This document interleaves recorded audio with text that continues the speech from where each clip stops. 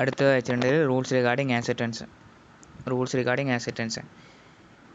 ഒരു acceptance valid ആവാൻ വേണ്ടിയിട്ടുള്ള എന്തെല്ലാമാണ് റൂൾസ് ആണെന്ന് പറയുന്നത്. അതിൽ ഒന്നാമത്തെ വെച്ചാൽ offer can be accepted by the person by to whom it is made. ആരിക്കാണോ ഓഫർ ഉണ്ടാക്കിയതിന് ആ ഓഫർ അയാൾക്ക് മാത്രമേ ആക്സെപ്റ്റ് ചെയ്യാൻ പറ്റൂ. To whom it is made, ആരിക്കാണോ ഉണ്ടാക്കിയതിന് അവർക്ക് മാത്രമേ can be accepted by that person only.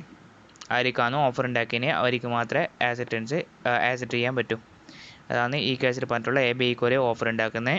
അന്നേരം ആ ഓഫർ എന്താക്കുന്നത് ബിക്ക് മാത്രമേ ഓഫർ ആക്സെപ്റ്റ് ചെയ്യാൻ പറ്റൂ. അതാണ് ഒന്നാമത്തെ പോയിന്റിൽ പറഞ്ഞിട്ടുള്ളത്. ഇനി രണ്ടാമത്തെ കേസ് വെച്ചിട്ടുണ്ടെങ്കിൽ it must B absolute and unconditional. Acceptance എങ്ങനെ ആയിരിക്കണം? അത് ആബ്സല്യൂട്ട് ആയിരിക്കണം, മാത്രമല്ല അൺകണ്ടീഷണലും കൂടി ആയിരിക്കണം. ഫോർ എക്സാമ്പിൾ, എ ബിനോട് പറയുന്നത് എൻ്റെ അടുക്ക് ഒരു കാറുണ്ട്, അത് 1 lakhന് ഞാൻ എനിക്ക് തരാറുണ്ട്. ബി പറയുന്നത് ഓക്കെ ഞാൻ ഈ ഓഫർ ആക്സെപ്റ്റ് ചെയ്യുന്നു, പക്ഷേ എൻ്റെ അടുക്കൊരു സൈക്കിളുണ്ട്, ആ സൈക്കിൾ എന്താക്കണം നീ വാങ്ങിക്കണം, ഞാൻ ഈ ആക്സെപ്റ്റ് ചെയ്യുന്നുണ്ടെങ്കിൽ നീ എൻ്റെ സൈക്കിൾ 3000 രൂപയ്ക്ക് വാങ്ങിക്കണം എന്ന് പറയുന്നത്. അപ്പോൾ ഇവിടെ എന്തായി? ഒരു വാലിഡ് ആക്സെപ്റ്റൻസ് അല്ല. കാരണം വെച്ചാൽ ബി ഇവിടെ ഒരു കണ്ടീഷൻ വെക്കുമെന്ന്. ബി ഒരു കണ്ടീഷൻ വെക്കണം, ഞാൻ ഈ ഓഫർ ആക്സെപ്റ്റ് ചെയ്യുന്നുണ്ടെങ്കിൽ എൻ്റെ സൈക്കിളിൽ നീ കൂടി വാങ്ങിക്കണം എന്ന് പറഞ്ഞിട്ടൊരു കണ്ടീഷൻ വെക്കുന്നത്. അപ്പോൾ എന്താ ഒരു കണ്ടീഷണൽ ആക്സെപ്റ്റൻസ് ആയി. ആക്സെപ്റ്റൻസിൻ്റെ റൂൾസ് എന്ന് പറയുന്നത് അതൊരിക്കലും കണ്ടീഷണൽ ആകാൻ പറ്റില്ല. അത് എപ്പോഴും എന്തായിരിക്കണം? അൺകണ്ടീഷണൽ ആയിരിക്കണം. ഓഫർ ആക്സെപ്റ്റൻസ് വെച്ചാൽ അൺകണ്ടീഷണൽ ആയിരിക്കണം, ആബ്സല്യൂട്ട് ആയിരിക്കണം, അൺകണ്ടീഷണൽ ആയിരിക്കണം. ആബ്സല്യൂട്ട് വെച്ചാൽ പറഞ്ഞ കാര്യത്തിൽ മാത്രമേ ആക്സെപ്റ്റ് ചെയ്യണ്ടു. എന്താ വെച്ചാൽ accept valid only when it is absolute and unconditional. When it is absolute and unconditional. Further, if the proposal prescribe the manner in which it is accepted. Prescribe the manner. For example, A ബിനോട് പറയുന്നത്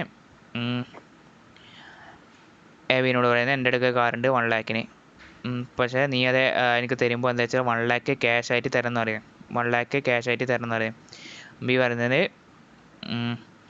okay ഞാൻ accept ചെയ്യുന്നത്, പക്ഷേ 1 lakh എനിക്ക് cash ആയിട്ട് തരാൻ കഴിയില്ല, ഞാൻ 50,000 ക്യാഷും 50,000 ത്രൂ ബാങ്കും തരാറ്. അപ്പോൾ വെച്ചാൽ എ പ്രിസ്ക്രൈബ് ദ മാനറല്ല ബി ആക്സെപ്റ്റ് ചെയ്യുന്നത്. അപ്പോൾ ഇതിൽ വാലിഡ് ആക്സെപ്റ്റൻസ് അല്ല. അതാ പറയുന്നത്. Further is the proposal is prescribe the manner. ഇവിടെ ഒരു മാനർ പ്രിസ്ക്രൈബ് ചെയ്തിട്ടുണ്ടെങ്കിൽ 1 ലക്ഷം ക്യാഷ് ആയിട്ട് തരണം, പക്ഷേ ബി എസ് സമ്മതിക്കുന്നില്ല. അപ്പോൾ ഇതിൽ വാലിഡ് ആക്സെപ്റ്റൻസ് അല്ല. It must be accepted in that manner only, which it must be accepted accordingly.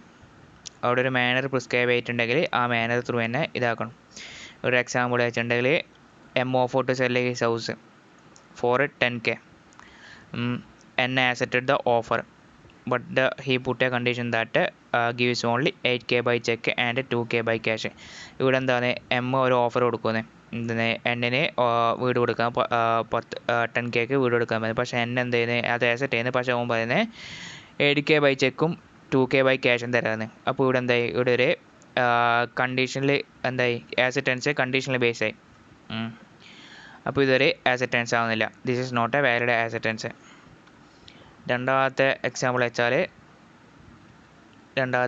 വെച്ചിട്ടുണ്ടെങ്കിൽ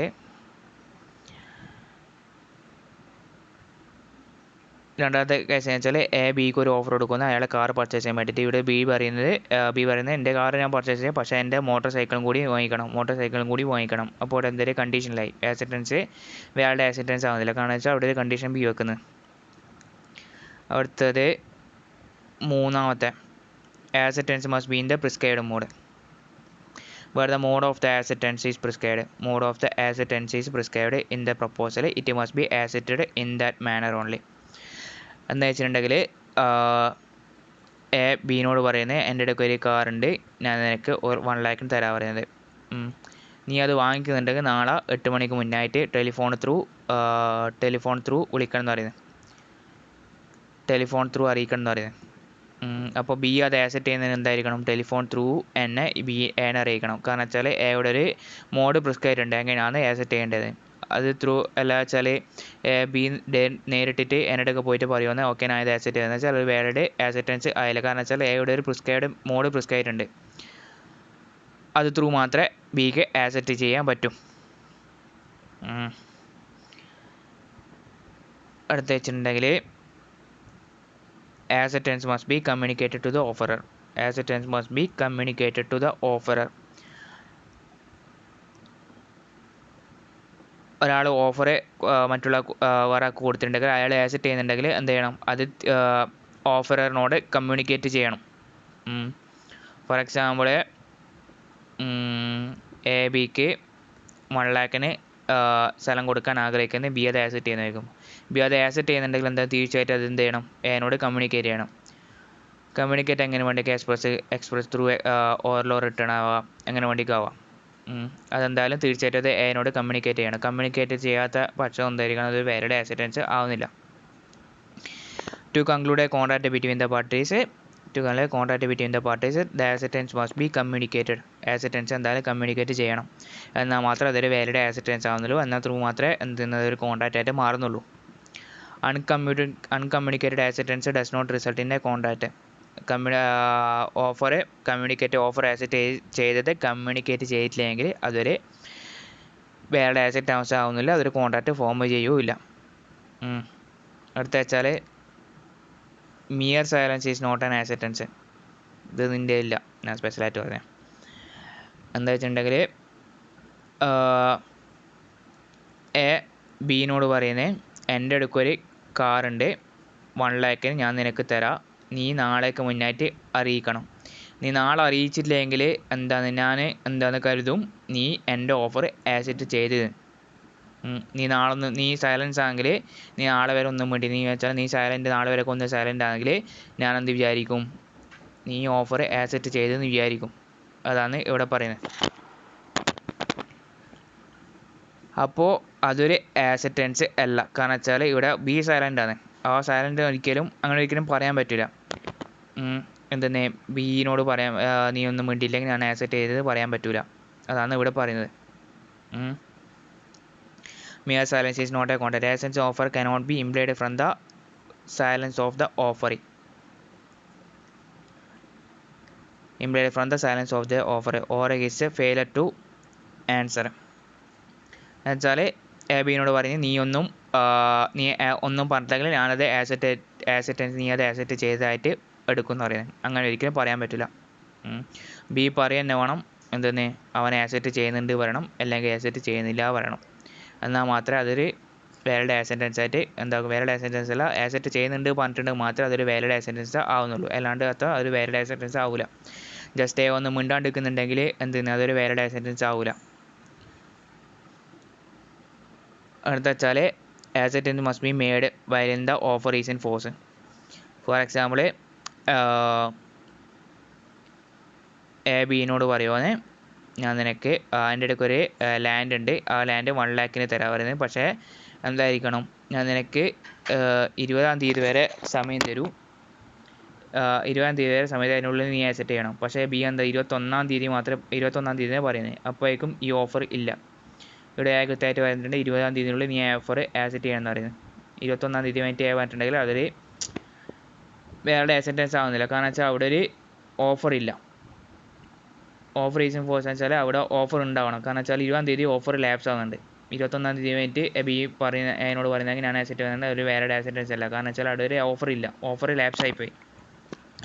ലാപ്സ് എന്ന് വെച്ചാൽ കഴിഞ്ഞുപോയി. അടുത്ത വെച്ചാൽ acceptance by conduct or implied acceptance. നിൻ്റെ അടുക്കുണ്ടോ അറിയില്ല. ഇതിലെന്താ പറയുന്നത് വെച്ചാൽ acceptance can be in the form of implication of actions or conduct of the parties. acceptance എന്താവാ, ഒന്നും മുണ്ടണമെന്നൊന്നുമില്ല. ചില കേസിൽ മുണ്ടേണ്ട ആവശ്യമൊന്നുമില്ല. അതിലൊരു എക്സാമ്പിളാണ് passenger getting in the bus running along the road. ഒരു ബസ് ഒരു റൂട്ടിൽ ഇങ്ങനെ പോകുന്നുണ്ട്. അപ്പം ഒരാൾ കയറി ആ ബസ്സിൽ കയറ്റിട്ടുണ്ടെങ്കിൽ ആ ബസ് ഒരു ഓഫർ കൊടുക്കുന്നത്, ഞാൻ ഇന്ന റൂട്ട് കൂടെ പോകുന്നുണ്ട്, ആരെങ്കിലും വരുന്നുണ്ടെങ്കിൽ കയറാം, ബസ് ഒരു ഓഫർ കൊടുക്കുന്നത്. അപ്പോൾ ഒരാൾ വന്നിട്ട് കയറ്റിട്ടുണ്ടെങ്കിൽ ഒരു ഇംപ്ലൈഡ് ആക്സെപ്റ്റൻസ് ആയി. അതൊരു ഇംപ്ലൈഡ് ആക്സെപ്റ്റൻസ് ആയി. കാരണം വെച്ചാൽ ഓക്കെ ഞാൻ ഈ ബസ്സിൽ വരുന്നത് ഇന്ന റൂട്ടിൽ എന്താ കൊണ്ടാക്കണം എന്നുള്ളത് ഇംപ്ലൈഡ് ആക്സെപ്റ്റൻസ് ആയി. ഇവിടെ ആരും ഒന്നും മിണ്ടുന്നില്ല പറയുന്നില്ല, എന്നാലും കൂടി എന്തായാലും ഒരു ഇംപ്ലൈഡ് ആക്സെപ്റ്റൻസ് ആയി. രണ്ടാമത്തെ കേസ് വെച്ചിട്ടുണ്ടെങ്കിൽ രണ്ടാമത്തെ എക്സാമ്പിൾ വെച്ചാൽ ഈ ചെരുപ്പ് കുത്തി അല്ലെങ്കിൽ ഷൂ പോളിഷ് ചെയ്യുന്ന ആളുണ്ടാവില്ല, അവിടെ ഇരിക്കുന്നുണ്ടാവും.